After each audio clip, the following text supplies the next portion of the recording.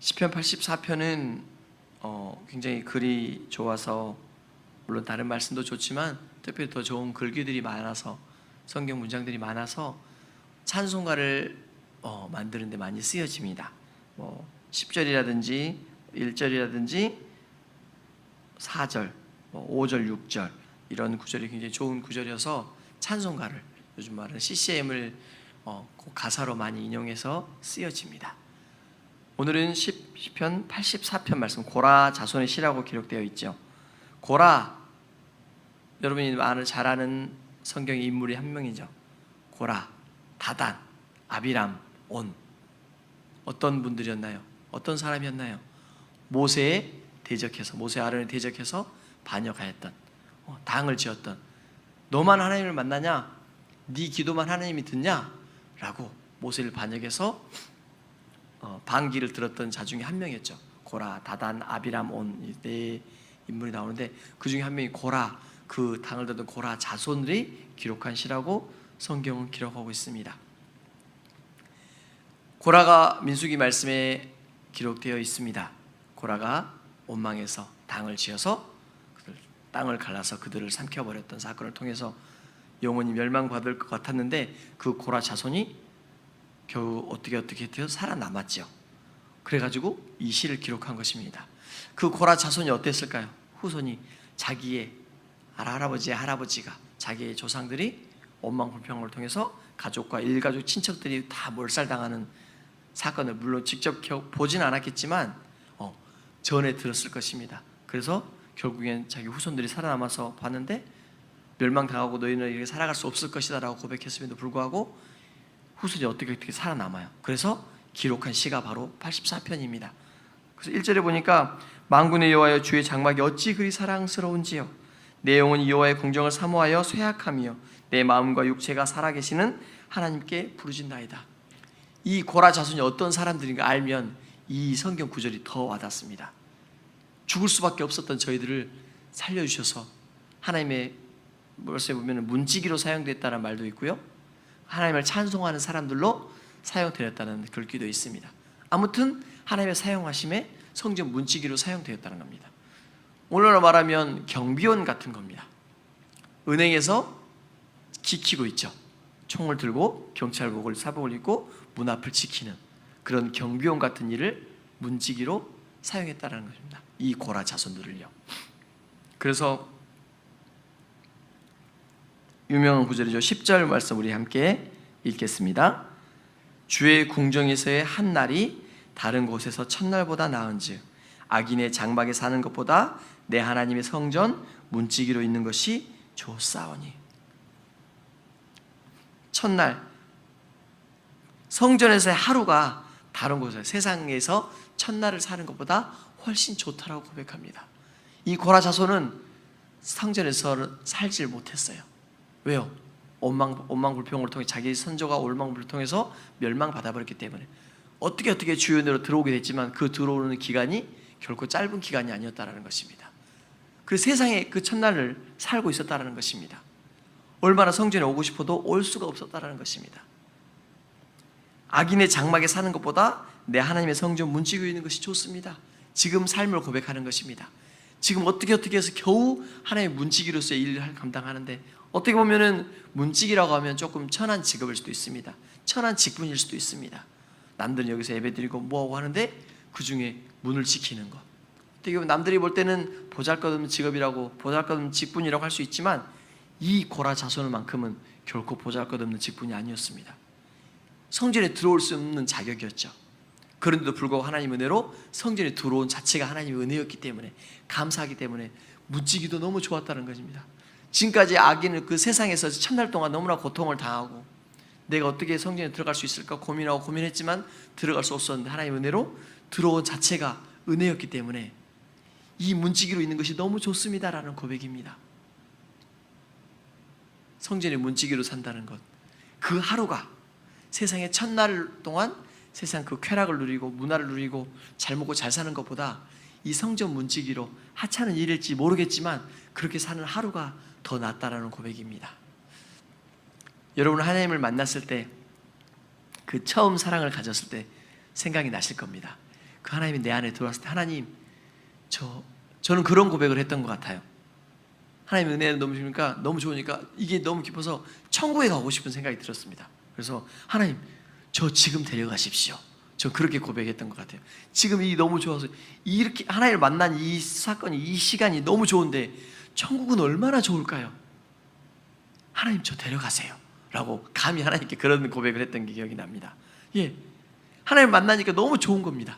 그래서 이 땅보다 하나님이 천국에 가면 거기에는 애곡하는 것도 없고 고통하는 것도 없고 눈물도 없고 아무것도 할 거 없다는, 늘 기쁘고 즐거운 마음으로 살아가기만 하면 된다는 그 천국이 얼마나 좋을까, 이 말씀이 너무 믿어지는 것입니다.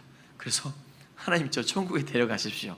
뭣도 모를 때, 고등학교 때 그런 고백을 했던 기억이 납니다.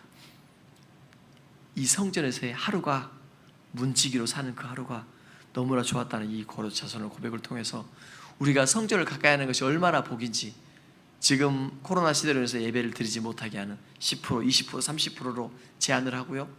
겨우 주일 예배만, 수요, 지금 제가 방역 관리자로 있기 때문에 그런 걸 조금 잘 알고 있습니다. 교회는 예배를 드릴 수 있는 게 새벽 예배, 그리고 수요일날, 금요일날, 주일날 딱 이렇게 정해져 있어요. 그래서 아무 때나 와서 예배를 드릴 수 없게 되어 그랬습니다. 이게 또 4단계가 되고 몇 단계가 되면 이것도 사라져버려요. 겨우 주일 예배만 드릴 수 있게 되어지는 사건이 발생합니다.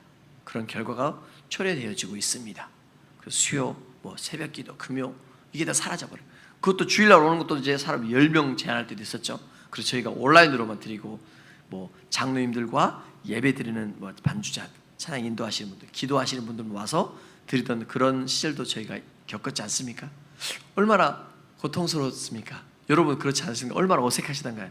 특히나 여기 계신 어르신들은 늘 이 성전에 나와서 예배 드리는 것이 하나님께 예배 드린다라고 상당히 생각하고 있었는데, 교회에서 예배 드릴 때 그 처음 드릴 때 어떻던가요? 예배가 예배 같지도 않았지 않나요? 저는 그렇더라고요. 물론 저는 이제 목회자이다 보니까 여기서 드렸는데, 그리고 밑에서 1층 사무실을 지키면서 예배를 드려보니까 이게 아무것도 아니에요. 중고등부 아이들은 어떨까요? 심각합니다. 온라인 예배로 드리기 시작하면 전혀 소통도 안 돼요. 드린지 안 드린지도 사실 모릅니다. 같이 여기서 눈을 마주치면서 예배를 드려도 집중 안 할 때가 많은 친구들인데, 인터넷으로 하라고 하면, 그게 계속 지속된다면 그 중고등부, 청년부 친구들이 믿음이 자랄 수 있을까요? 쉽지 않다라는 것입니다. 그런 환란이 저희 가운데 왔다라는 것입니다. 이 고라 자손에게 그런 환란이 있었다는 것입니다. 예배를 드리고 싶어도, 성전에 오고 싶어도 올 수가 없었다라는 것입니다. 겨우 하나님의 은혜로 들어왔을 때 그 기쁨이 너무 좋아서, 너무 충만해서, 하나님 저 이 하루의 첫날이, 이 성전에서 문지기로 보내는 첫날이 세상에서 그 쾌락을, 문화를 누리는 것보다 훨씬 좋습니다. 저 여기서 이렇게 사용해 주시옵소서라고 하는 그런 고백입니다. 이 고라 자손의 마음을 알면 이 성경을 84편을 읽을 때 이 저희의 마음가짐이 달라진다는 것입니다. 3절 볼까요? 2절 보겠습니다. 내 영혼이 여호와의 궁정을 사모하며 쇠약하며 내 마음이 육체가 살아계신 하나님께 부르짖나이다. 하나님이 저를 올 수 없을 때 내 영혼이 여호와의 궁정, 하나님의 전을 사모해서 쇠약해졌다는 거예요. 점점 시들어져 가고 있었다는 거예요. 오고 싶어도, 하나님을 가까이 하고 싶어 가까이 못하는 그 환경이 되었을 때, 우리가 주님께 가까이 나오고 싶은데 나오지 못할 때 그 마음이 어떨까요? 하나님을 가까이 하면 내게 복이라라고 성경을 통해 말씀하고 있는데, 하나님을 가까이 나오라는 우리가 나아가지 못할 때, 육체의 연약함으로, 그 다음에 환경들로 인해서 예배를 드리지 못할 때 그 심정이 어떨까요? 이 고라 자손은 그랬다라는 것입니다. 그래서 5절 보니까 4절 주의 집에 사는 자들은 복이 있나니 그들이 항상 주를 찬송하리이다. 주의 집에 살아간다는 자체가, 주의 전을 가까이 할 수 있는 자체가 복이다라고 여기도 말씀하고 있습니다. 예. 그래서 저희 중앙교회 어떤 집사님이 그런 고백을 하시더라고요. 저는 별일 없어도 늘 교회에 나와서 성전에서 그냥 성전을 기도 안 해도 됩니다. 말씀 한번, 그냥 성전을 한번 훑어보고 가는 것, 교회를 한번 훑어보는 거 가는 자체가 복이라고 생각한답니다. 허전하대요. 교회를 안 오면, 하루도 안 오면 뭔가 빼먹은 것 같고 뭔가 안 한 것 같고 뭔가 밥을 안 먹은 것 같은 그런 느낌이 든답니다. 하나님께서 이 성전을 통해 복을 주신다는 것입니다. 여러분 복이 어떤 복이 제일 좋은 복일까요? 돈 많이 버는 거예요.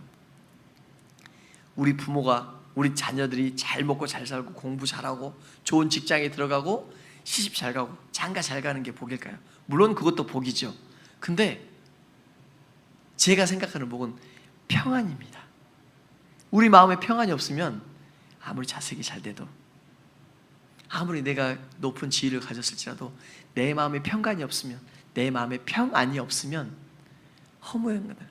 아무 낙이 없어진다는 것입니다. 그래서 연예인들, 정치인들 어떤가요? 그 많은 권력을 누렸을지라도 그 많은 돈을 가졌을지라도 그 좋은 몸매와 그 좋은 예쁜 얼굴을 가졌을지라도 그 잘생긴 얼굴을 가졌을지라도 모든 것을 다 가진 것 같은데 마음에 평안이 없기 때문에 우울증이 오고 마음에 평안이 없기 때문에 그게 우울증이 심해서 내가 살아갈 이유가 없구나. 나의 말을 들어주는 사람도 없구나. 내가 다 가진 것 같은데 세상 사람들 다른 사람이 나를 볼 때는 다 가진 것 같은 나를 부러워할 것 같은데 정작 자신은 마음에 평안이 없어서 자살이라는 것을 자기를 직접 죽여버리는 선택을 너무나 많이 하지 않습니까? 우리나라가 자살률이 1위입니다. 이혼율과 자살률이 1위입니다.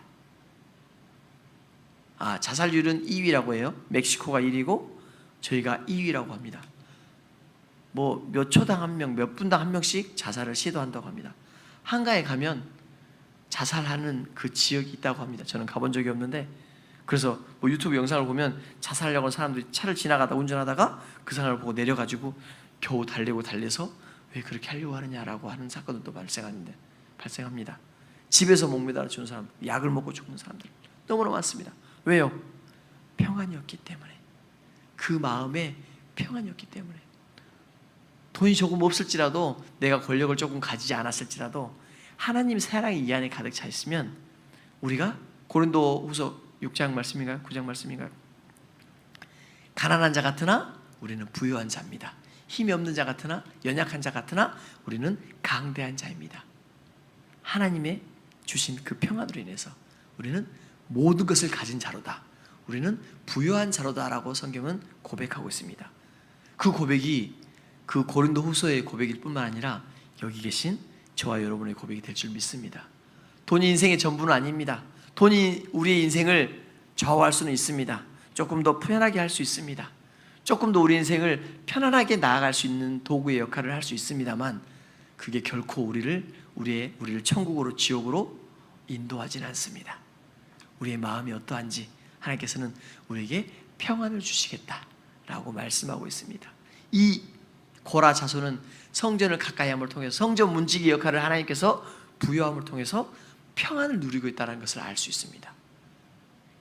어떻게 보면 조금 보잘것없는 직책일 수도 있습니다. 근데 그 직책 하나를 받고 나서 너무 기뻤다라는 것입니다.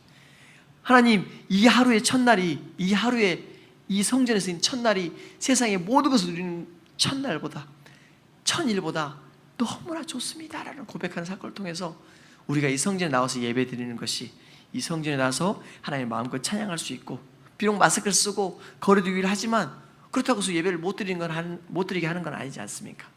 찬양하는 건 뭐라고 하지 않습니다. 기도하는 거 뭐라고 하지 않습니다. 하나님 말씀을 듣고 예배 드리는 건 아직까지 뭐라고 하지 않습니다. 북한이나 사우디, 중동을 보면 예배 드리는 것조차 굉장히 힘들어지는 사건을 봅니다. 제가 얼마 전에 북한 유튜브 영상을 통해서 북한 그 어떤 주민이 순교당했다는 사건을 이렇게 영상으로 만들어서 본 걸 봤습니다. 어떤 한 가족이 친척들과 모여서 몰래 예배를 드리고 있었습니다. 땅굴을 파고요. 거기서 몰래 예배를 드리고 있었는데 잡혔습니다. 그래서 너희들 예배 드릴래 안 드릴래? 이제 또 그 예수를 믿을래? 여기 김정일 수령 장군을 믿을래? 라고 했을 때 저는 하나님의 자녀입니다 라고 고백함을 통해서 너 이러면 사형이다 라고 말했음에도 불구하고 저는 하나님을 믿겠습니다. 그래서 사형을 당합니다. 제일 먼저 엄마가 죽습니다. 사형대 앞에 서기 전에 유언을 남겨라 라고 하니까 자기 자녀들에게 남깁니다. 뭐라고 했을까요? 딱 한 문장 했습니다. 얘들아, 천국에서 만나자. 죽음을 문턱에 둔 그 앞에서 자기 자녀들에게 유언입니다. 얘들아, 예수님 부인하면 안 된다. 우리 천국에서 만나자. 엄마가 그렇게 죽었습니다. 그리고 자기 자녀 첫째가 죽습니다. 동생한테 똑같이 얘기합니다. 동생아, 이따 우리 천국에서 보자. 그리고 동생도 역시, 친척들도 역시 하나하나 그렇게 목숨을 잃어가는 사건을 통해서 그들은 천국에 갔다. 그 천국의 소망을 품고 갔다. 라는 이제 영상으로 마무리가 됐는데요. 그걸 보면서 내가 과연 저 상황이 된다면, 지금 우리가 코로나 때문에 예배를 못 드리게 하는 것들을 통해서 예배를, 우리가 교회를 못 오고 온라인으로 예배 드리고 세상에 나가서 교회 다닌다는 것조차 눈치를 보고 살아가는 현재 저와 여러분들 아닙니까? 근데 그들은 눈치 보는 정도가 아니라 몰래 예배를 드리고 있었습니다. 그러다 잡혀서 죽는 그 가운데, 순교하는 가운데 자녀에게 유언이 천국에서 만나자. 그러면서 저는 제 신앙을 다시 한번 돌아봤습니다. 과연 내 자녀에게 그런 고백을 할 수 있을까? 그런 유언을 제가 남길 수 있을까? 라고 다시 한번 돌아봤습니다. 여러분은 어떠신가요? 그 상황 가운데 자녀에게 유언을 한마디만 할 수 있다면, 야, 너 천국에서 만나자 라고 할 수 있는 우리의 믿음이 준비되어 있습니까? 하나님은 그런 마음을 원하십니다. 이 세상을 초월하는 믿음을 원하십니다. 왜요? 하나님께서 우리를 구원해 주셨기 때문에, 값없이 주신 구원의 은혜이기 때문에, 그 은혜의 삶을 살아가는 것이 저와 여러분의 의무이기 때문에, 그 은혜를 누리며 살아가는 것이, 그 은혜를 세상 사람에게 다시 전해주는 것이. 그래서 그 찬양 가사가 제목이죠. 우리가 너무나 잘 아는 찬양, 당신은 사랑받기 위해 태어난 사람입니다. 예, 맞습니다. 하나님의 관점으로 볼 때 우리는 사랑을 받기 위해 태어난 사람입니다. 하지만 저와 여러분의 관점으로 볼 때 우리는 사랑받기 위해 태어났지만 사랑을 하기 위해 태어난 사람입니다. 하나님께 그 받은 사랑을 우리가 믿지 않는 사람에게 돌려줘야 되지 않겠습니까? 헌신을 통해서, 희생을 통해서, 복음이라는 바늘을 통해서 그들에게 사랑을 전해줘야 된다. 사랑을 해줘야 되는 의무가 있는 사람들입니다. 오늘 하루 살아가는 가운데 우리가 사랑을 많이 받았습니다. 지금까지 너무나 하나님께 사랑을 많이 받았습니다. 그 사랑을 믿지 않는 사람들에게, 또는 믿는 사람들에게도 마찬가지겠지만 믿지 않는 사람에게 복음을 통해서, 그들에게 헌신함을 통해서, 때로는 손해봄을 통해서 그들에게 복음을 전할 수 있는 오늘 하루의 삶이 되기를 주님의 이름으로 간절히 소망합니다. 우리 함께 오늘 기도하시겠는데, 오늘 하루의 삶 가운데 하나님, 제가 조금 손해볼지라도, 제가 좀 희생할지라도, 제가 좀 헌신할지라도, 제 물질이 조금 더 부족해질지라도 믿지 않는 사람들에게 복음을 전할 수 있는 기회를 주십시오. 사랑을 전할 수 있는 기회를 주십시오라고 이 시간 오늘 하루 함께 기도하겠습니다. 하나님 감사합니다.